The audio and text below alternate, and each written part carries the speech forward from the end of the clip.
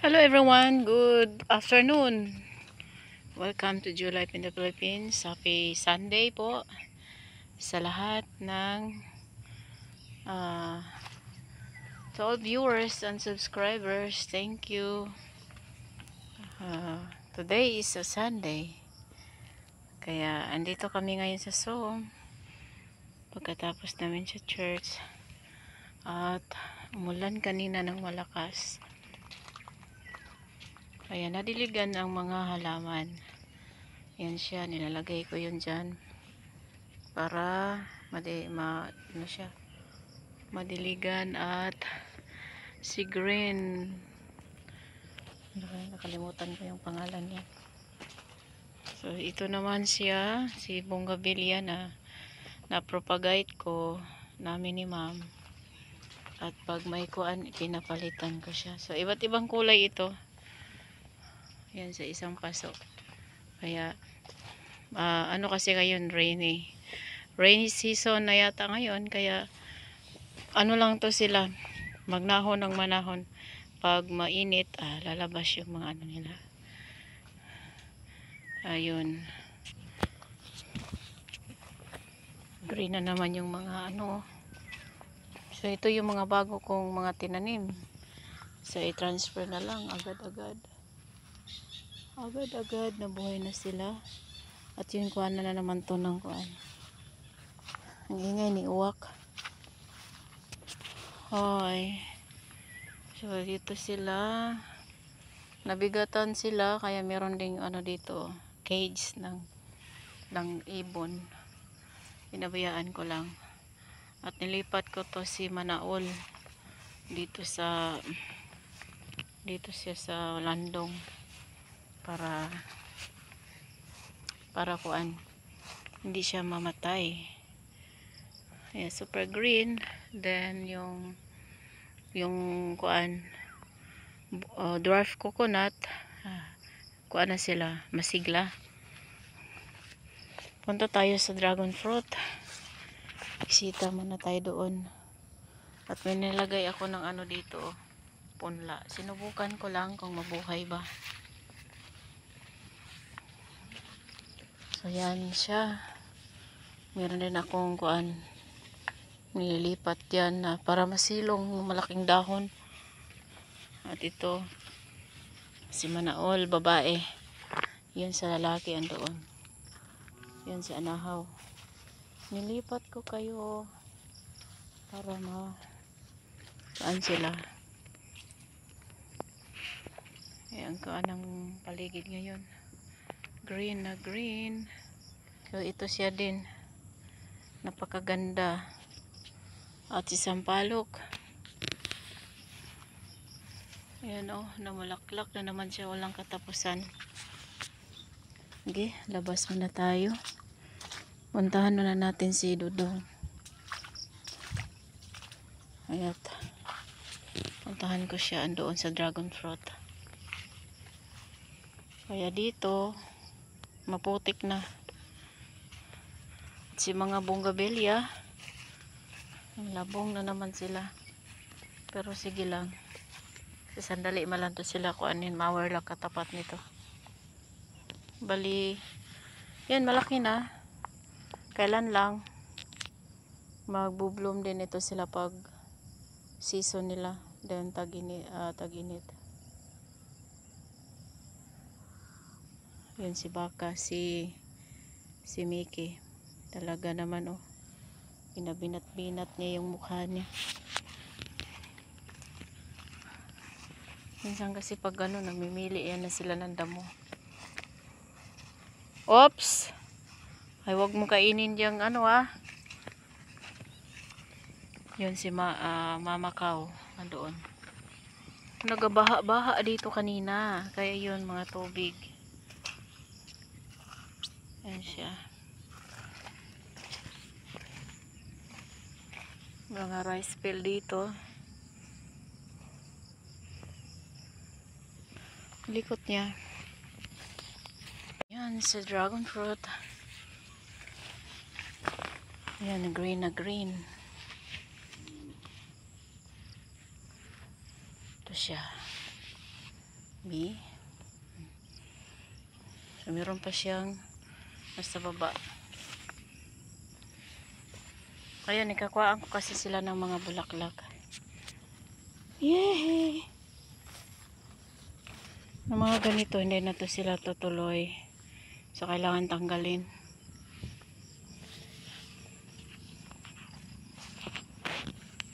Ayun. Akala ko, maliit sila. Buti na lang nagkuan.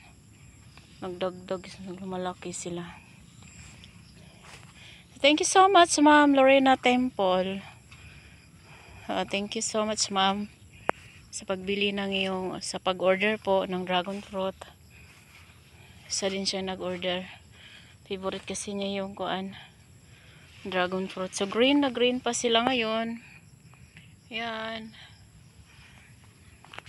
Punta tayo ni Dudong. Si Dudong ko walang ulan at init yan sa kanya. Also, meron siyang ganito ko, dapat kunin to. Ito naman siya kinagat ni Patrick. Then meron siyang bunga sa baba. Ang ginawa kasi ni Perry ngayon, inano niya, dinagdagan niya ng kawayan, tinukura ng kahoy para matibay ang pundasyon. Temporary pa lang to, kaya para hindi siya matutumba sa bigat na, lalo na nagbubunga. So kailangan na namin tinatali yung mga baka namin, kasi pag ganito ningangat-ngat ni Patrick yung baka namin. Teka, so ito siya, kailangan to siyang i-spray kasi nag-iiba yung kulay niya. Sa mag-spray kailangan mga 9 o'clock or mainit. Oh, meron na naman iwasan talaga. Hindi pwede sa dragon fruit pag kuan may ganito. Kinagat lang yan sa baka. Then ito rin ang pinaka hindi pwede. Kukunin na talaga to. Meron na silang kuan. So pasyal tayo at doon si Master. So ito bukas bubukad-kad pa ito. At meron namang bago.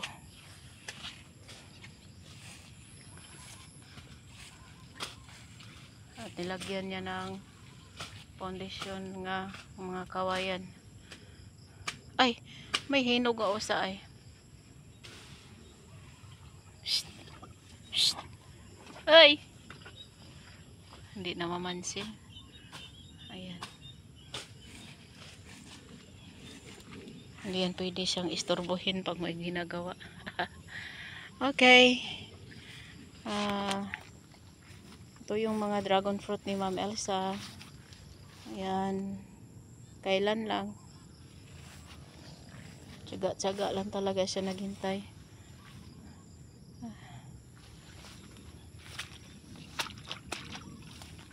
Kasi merong iba dito na gagawin namin i-transfer sa iba, sa unahan. Yun, may tukod pala. Ilagyan pa rin ng tukod. Tapos maglagay na naman doon sa unahan. Diyan. Dito. Yan siya. So meron din kami tinanim dyan.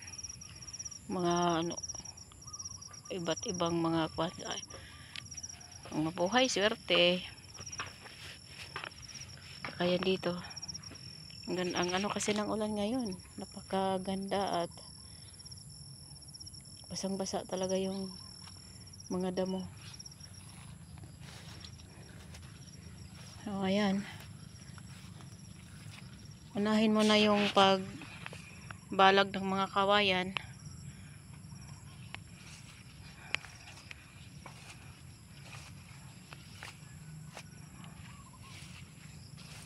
Saka yun na magmawer. So napansin ko mas sila kaysa doon sa kabila sa simento. Parang na-stress yung kabila. Yan. Simple lang.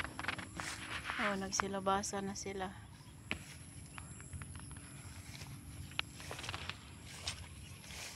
Asa sila Patrick nan?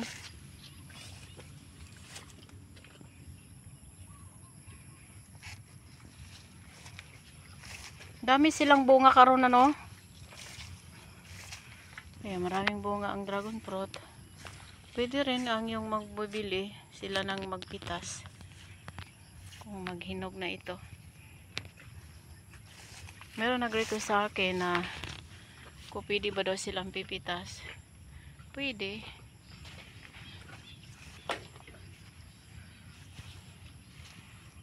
Yan doon. Ayun. May gana na may kuwaya na.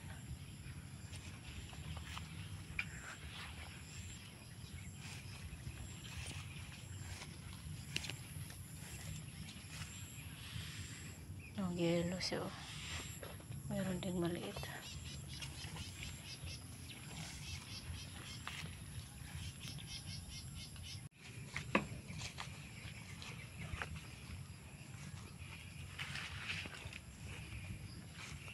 Wala daw ulan sa kuanan Talibon. Wala daw ulan dito.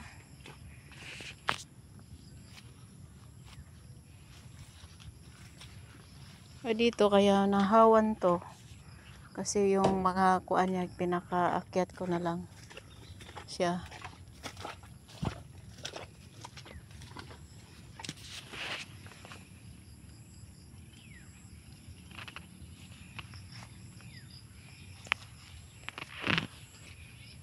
Yun sana ni mo daw.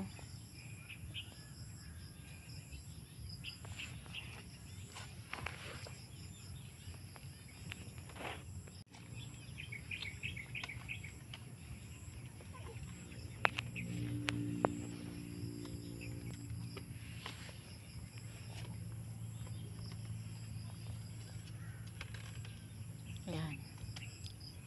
Seryoso si Dudong. Ang nilagay niya yung kuan nylon. Kasi matibay yung nylon. Nylon at tire wire. Asa na yun? Pero meron ako nakita nga puwa. Puwa. Pasal mo na tayo. Dito sa kuan. Ayun. Maliit lang. Pero okay lang to. May laman naman din. Kunin natin.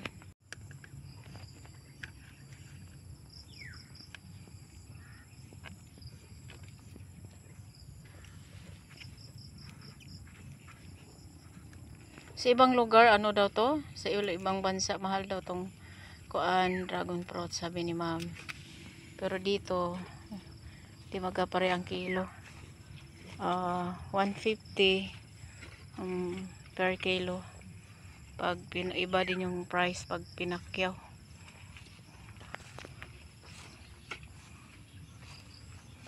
So meron siyang mga ginagawa. Sunday ngayon. Kay kanina sobrang lakas ang ulan. Ay, ibabaw na, ibabaw. Yan, isulod, palihog. Okay. Thank you. Tayo dito sa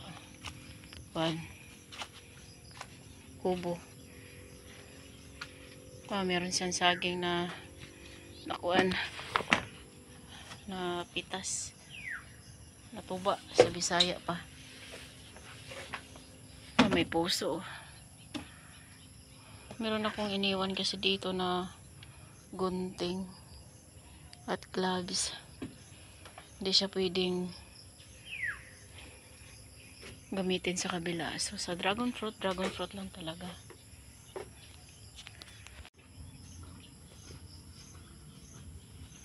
Busy si Dudong. So uwi muna ako sa bahay, magsaing na ako. dahil gabi na, magagabi na.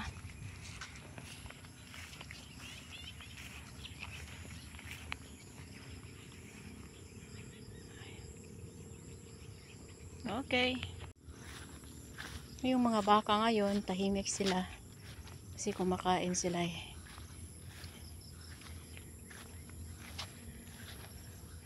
Pero yung tatlo namasyal.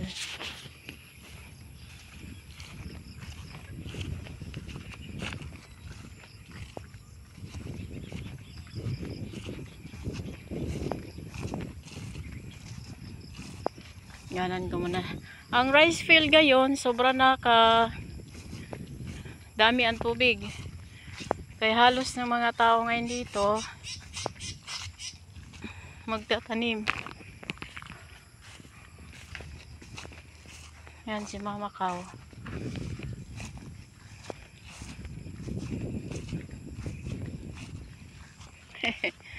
Yan. Silipin muna natin yung rice field dito.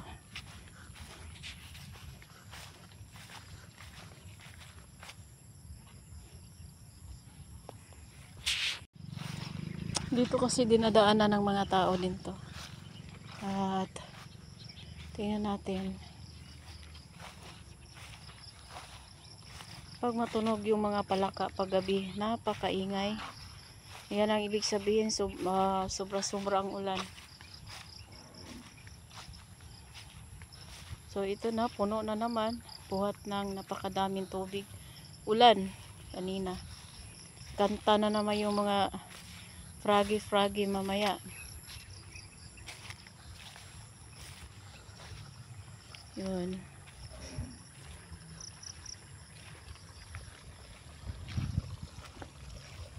So meron kaming kuan dito. Tunla. Ito yung napunla ni Perry. 40 kilos. Ito siya. 40 o 50 kilos. Ito siya. Nga palay. Pasi. So naggitib na. Gitib means yung nabuhay na ba. So ginawa niya, gilagyan niya ng net para hindi siya mapasukan ng mga manok, baka. Kasi nanda na niyan. Baka bigla sabsabin, ubos lahat yan. Ayan. So ano na lang yan, sa July 3 mag 15 days. Yan ang waiting yan.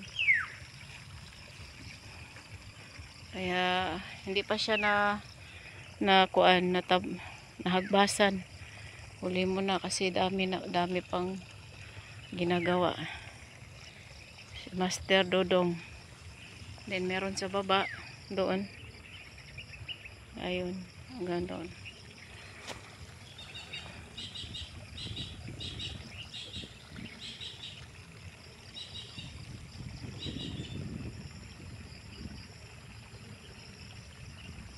Ayan siya.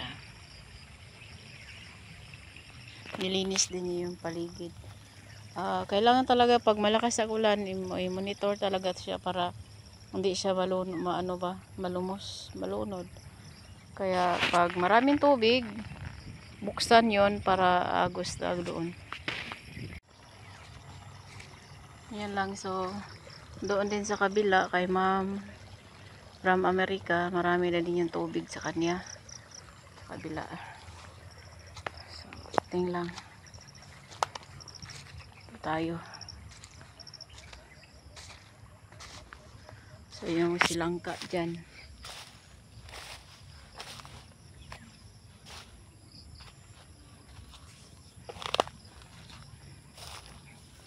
Silangka naman to, dami sanang bunga. Kaso, biglang masisira at balaglag. Ayan o, may sira.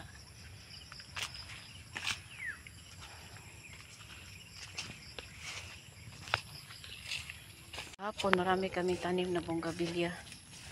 Yung boundary.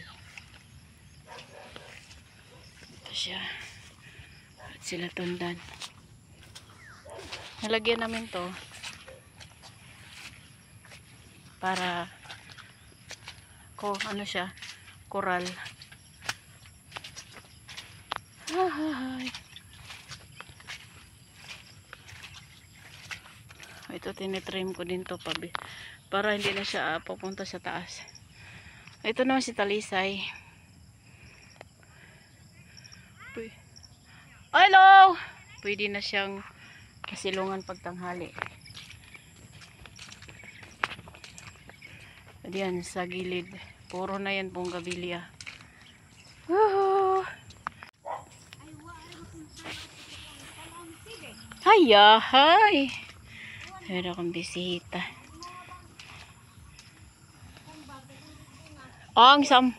Bitaw, nanguha na ng sambag ron. Tinguan siguro. Guwapa kay siya, oy. Hi, Ate Aureng. Kamusta man? Relax ka ron, Domingo? Oo.